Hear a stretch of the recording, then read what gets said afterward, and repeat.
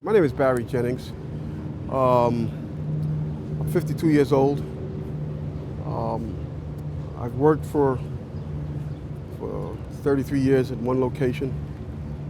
Um, Basically, that's it. I'm married, father of four. As I told you guys before, it's very funny. I was on my way to work, and traffic was excellent. I received a call that a small Cessna had hit the World Trade Center. And I was asked to go and man the Office of Emergency Management at the World Trade Center 7 on the 23rd floor.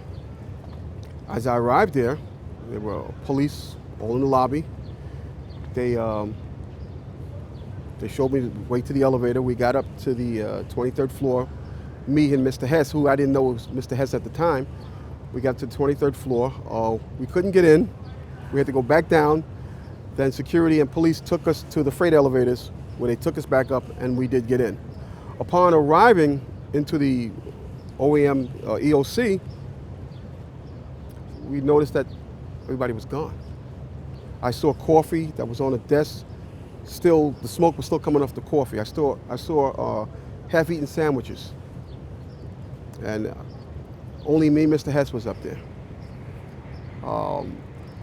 After I called several individuals, one individual told me that to leave and leave right away. Mr. Hess came running back in and said, "We're the only ones up here, we got to get out of here." He found the stairwell. So we subsequently went to the stairwell and we're going down the stairs. When we reached the sixth floor, the landing that we were standing on gave way. There was an explosion and the landing gave way. And I was left there hanging. I had to climb back up, and now I had to walk back up to the 8th floor.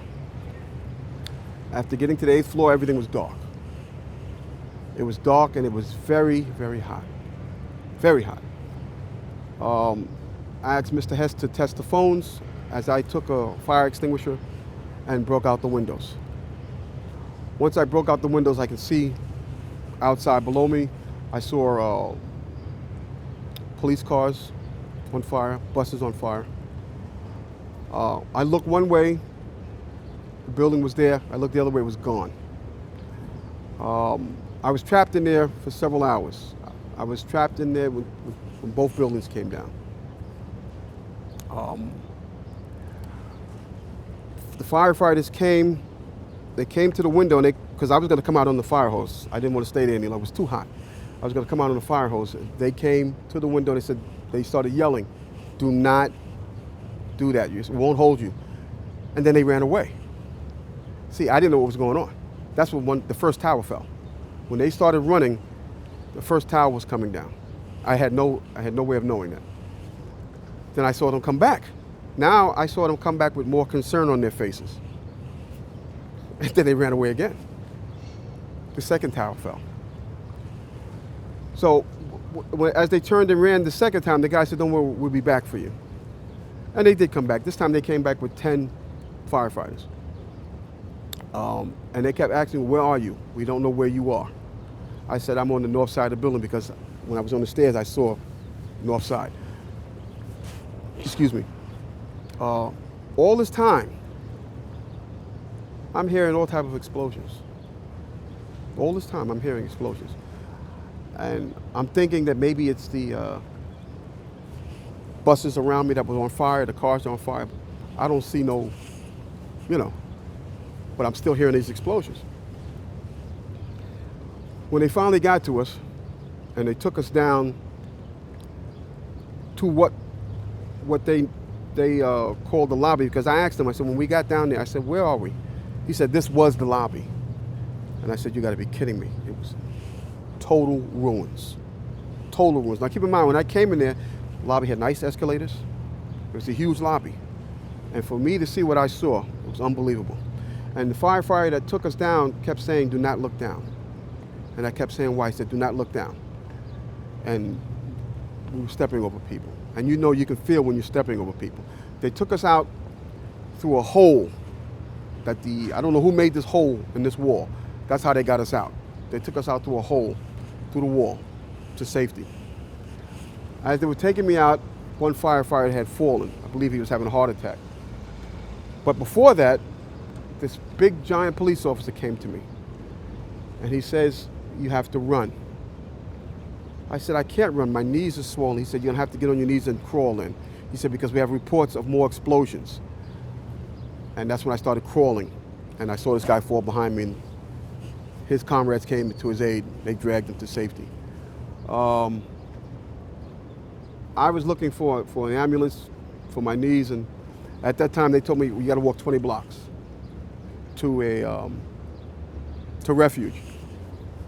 Before I got there, Eyewitness News grabbed me and started interviewing me. And that's basically it. When I made it to the 6th floor, and there was an explosion. The explosion was beneath me. Keep in mind now, it's pitch black in there. All the lights went out. So when the explosion happened, it blew us back. I'm thinking I'm standing on the landing. I'm actually holding on to a pole above us. Really? And I had to climb back up because Hess is yelling, "What do we do now?" I said, "There's only one thing we can do, and it's go back up." So that's when we went back up to the 8th floor, and I busted out that window. When the Office of Emergency Management did an activation, they always included our locale. And what they did was monitor the emergency. They actually coordinated the emergency through several agencies. And that's what we did. I was there as part of one of my agencies, which I can't name. Of course. And we would sit there and we would do sit reports. We would get updates as far as the emergency that was on hand. And that's simply what we would do. Every agency that was involved in that emergency was there. When the activation, only when there was an emergency activation was that manned 24 hours. OEM was manned 24 hours without the activation. When they opened up the EOC, that was activated for as long as the emergency was going on.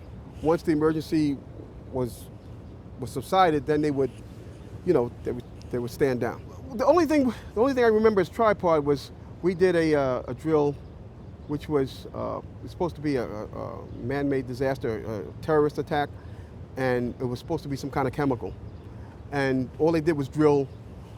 They went through the whole steps, what you would do here, if you'd come here, how you would, they went through the whole thing.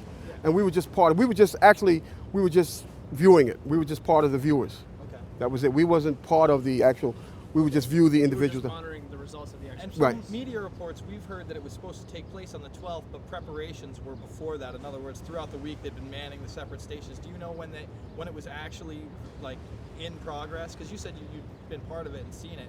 So obviously there was something going on before the 12th. Did you observe this in the 10th, the 11th, right prior to 9/11? No. No, this was after? Yes, our participation was after. Was after 9/11? Yes. I received the call shortly after the first plane hit, which everyone thought was a Cessna. That's what I was told. A small Cessna lost its way and hit the plane.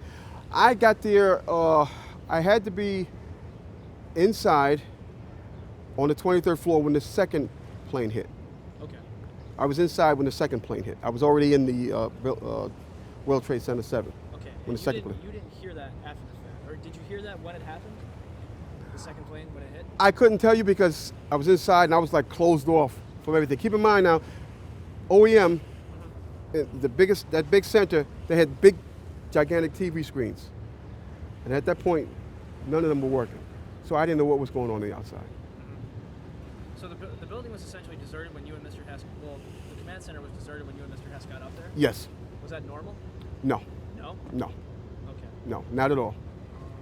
The word we got was they had to take the mayor and evacuate. So they said that the mayor was in World Trade Center 7 that day? Yes. He was there earlier in the day Yes. and then evacuated? Yes. Could you say that, because we're not mic'd, can you say that Giuliani was in the building? I didn't actually see him, but that's what I was told. That's why Hess was there. Okay. He was there to meet with Giuliani. Well, I'm just confused about one thing and one thing only. Why World Trade Center 7 went down in the first place. I'm very confused about that. I know what I heard. I heard explosions. The explanation I got was it was the fuel oil tank. I'm an old boiler guy. If it was a fuel oil tank, it would have been one side of the building. When I got to that lobby, the lobby was totally destroyed. It looked like King Kong had came through it and stepped on it. And it was so destroyed I didn't know where I was. And it was so destroyed they had to take me out through a hole in the wall, a makeshift hole that I believe the fire department made to get me out, me and Mr. Hess out. They called me down. Which ones? They were doing, I think it was part of the 9/11 Commission. So was it the hearings at the new school?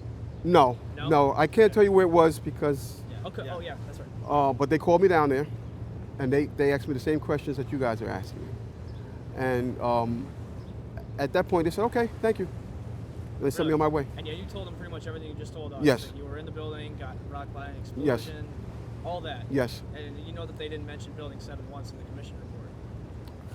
I told them that's where I was. No, That's I know, where I was. but you know that they didn't mention the building at all. I didn't, I didn't give it too much thought. Uh-huh. I thought they were just doing, an into report or an investigation on as to what happened. They got my point of view, and I haven't heard any more from them. No. Not at all? The explanation that I got about a fuel oil tank. No, No? no. I heard the explosions, and then the key thing was when the police officer came to me, he said we got reports of more explosions, so you have to run. Uh-huh. Big talk. And that's after both towers had fell, correct? Yes, yes. Okay. When we made it back to the 8th floor, as I told you earlier, Yes. both buildings were still standing because I looked one way, looked the other way, now there's nothing there. When I got to the 6th floor, before all this happened, when I got to the 6th floor, there was an explosion. That's what forced us back to the 8th floor. Okay. Both buildings were still standing. Keep in mind, I told you the fire department came and ran. They came twice. Why? Because building tower 1 fell, then tower 2 fell. And then when they came back with all concern now, like to get me the hell out of there. And they did. And we got out of there. I got in the building a little before 9, a little after 9. I didn't get out of there until like 1. Yeah. Yeah, that's right. Because the news report with Michael Hess was approximately Right. around 1 p.m. Mm-hmm. My mind is still there. That day I'll never forget. And the explanations that were given to me is totally unacceptable. Totally unacceptable. Because as I stated, I was there. I lived it. I lived through it. Actually, I thought I was going to die that day. Because me and Michael Hess did get on our knees and start praying when we saw that there was nobody coming, there was no hope. We did get on our knees and start praying. And then there was a fireman that shined the light and says, anybody in here? Those are the sweetest words I ever heard. Is there anybody in here? And at that time I told Mike, I said, Mike, you better get under the desk and pray to who you're going to pray to, because I'm going to pray to who I'm going to pray to, because it doesn't look like we're going to make it. And that's when that fireman came and saved our lives. And it wasn't until some years later that I testified in front of them. It was very, to tell you, it was very scary because they looked like very important people. Yeah. They were questioning me about certain things. And, I don't know if they liked the answers I gave. I could care less. I gave my account of it, the truth, and that was it. And to my surprise, I was back in the office. Secretaries and things that were cleaning me up. I was disheveled. I even started crying because of the lives that were lost, and I was lucky enough to get out of there. When I got home, I sat down in front of the TV, and my wife said, "Why do you keep watching this? Why do you keep?" I couldn't stop watching it, and that's when I found out Building 7 came down. I was so surprised, and I'm saying to myself, "Why did that building come down?"